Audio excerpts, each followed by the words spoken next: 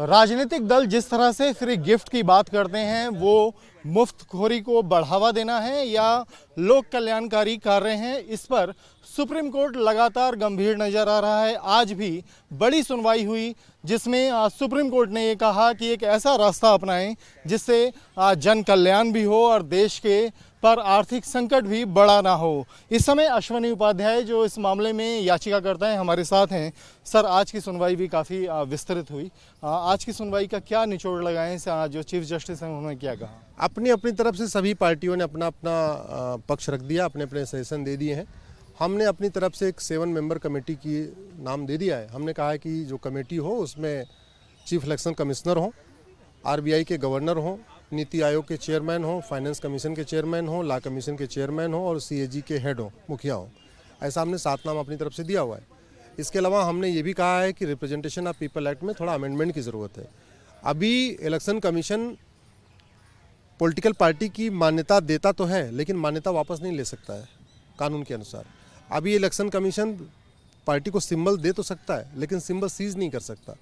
तो उस पर क्लैरिटी ज़रूरी है। उसका 2 ही तरीका है, या तो पार्लियामेंट में कानून बने पार्टी की मान्यता रद्द करने का और सिंबल सीज करने का, नहीं तो सुप्रीम कोर्ट जजमेंट पास करे। और सुप्रीम कोर्ट इलेक्शन कमीशन के लिए, इलेक्शन रिफॉर्म के लिए बहुत सारे जजमेंट पास कर चुका है। तो इसमें भी मुझे लगता है सुप्रीम कोर्ट को इंटरफेयर करना चाहिए, जजमेंट पास करना चाहिए। फाइनेंशियल कंडीशन बिल्कुल ख़राब हो चुकी है। सेंटर और स्टेट के ऊपर 150 लाख करोड़ का कर्जा है, 150 लाख करोड़ का कर्जा है। सारी की सारी जितनी योजनाएं चल रही सब उधारी पे चल रही हैं। कुछ अमेरिका से उधार लेके चल रही हैं, कुछ वर्ल्ड बैंक से उधार लेके चल रही हैं, कुछ जापान से उधार लेके चल रही हैं। सड़कें बन रही हैं वो भी उधारी पे चल रही हैं। सीधे कह देते हैं भाई सड़क बना लो, 50 साल तक टैक्स वसूलते रहना, ये कंडीशन हो चुकी है। ऐसे में कलर टीवी का वादा करना, स्मार्टफोन बांटना, फ्री का लैपटॉप बांटना, फ्री का जो है मंगलसूत्र बांटना, मिक्सर जूसर ग्राइंडर बांटना, ये कोई रिक्वायरमेंट नहीं है। पहले आप बेसिक जो कहते हैं ना, रोटी कपड़ा मकान की व्यवस्था कर लीजिए।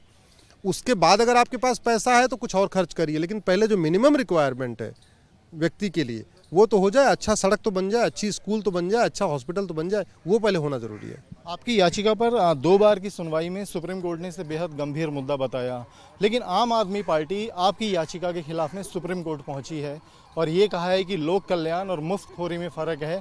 और उन्होंने बाकायदा दावा भी किया कि अगर हम एजुकेशन दे रहे हैं, हम अच्छे अस्पताल दे रहे हैं, तो इसमें मुफ्तखोरी कैसे है? इस पर क्या स्टैंड रहेगा? देखिए, पहली बात तो इस देश में इतनी पॉलिटिकल पार्टियां हैं, कोई पॉलिटिकल पार्टी नहीं आई। राष्ट्रीय पॉलिटिकल पार्टी कोई नहीं आई, रीजनल कोई पॉलिटिकल पार्टी, अकेले एक आम आदमी पार्टी आई है। वो कहावत है ना, चोर की दाढ़ी में तिनका। वो कह रहे हैं कि हमने स्कूल बहुत सुधार दिया, लेकिन सच्चाई है कि आम आदमी पार्टी के किसी भी विधायक और मंत्री का बच्चा सरकारी स्कूल में नहीं पढ़ता। वो कह रहे हैं हमने दिल्ली के स्कूल बहुत, हॉस्पिटल बड़े अच्छे कर दिए, लेकिन आम आदमी पार्टी के किसी भी विधायक, मंत्री, आम आदमी पार्टी के जो पदाधिकारी हैं उनका परिवार गवर्नमेंट हॉस्पिटल में इलाज नहीं कराता। तो ये खाने के दांत अलग हैं, दिखाने के दांत अलग। अगर दिल्ली के हॉस्पिटल अच्छे हो गए तो आम आदमी पार्टी के नेता, उनके सांसद, उनके विधायक, मंत्री इलाज क्यों नहीं करवा रहे हैं? अगर दिल्ली के स्कूल अच्छे हो गए तो आम आदमी पार्टी के नेता, उनके विधायक, उनके मंत्री अपने बच्चों का एडमिशन क्यों नहीं करा रहे? तो ये खाने के दांत अलग है, दिखाने के दांत अलग है। हर चुनाव के पहले मुफ्त की वादा करके चुनाव जीतना उनकी आदत में आ चुका है। उनको लगता है सुप्रीम कोर्ट इस पर बैन करने वाला है, इसलिए भागे भागे आए हैं। आज CGI ने कहा कि एक कमेटी के ऊपर जोर दिया है कि कमेटी अपने जो पॉइंट हैं वो लिखित में दे ताकि जो अगली सुनवाई है उस पर कोई रास्ता निकले। अगली सुनवाई कब है और आगे इसमें क्या रुख रह सकता है? 17 अगस्त को इस पर फिर से सुनवाई है। 17 अगस्त को सुप्रीम कोर्ट एक कमेटी बनाएगा।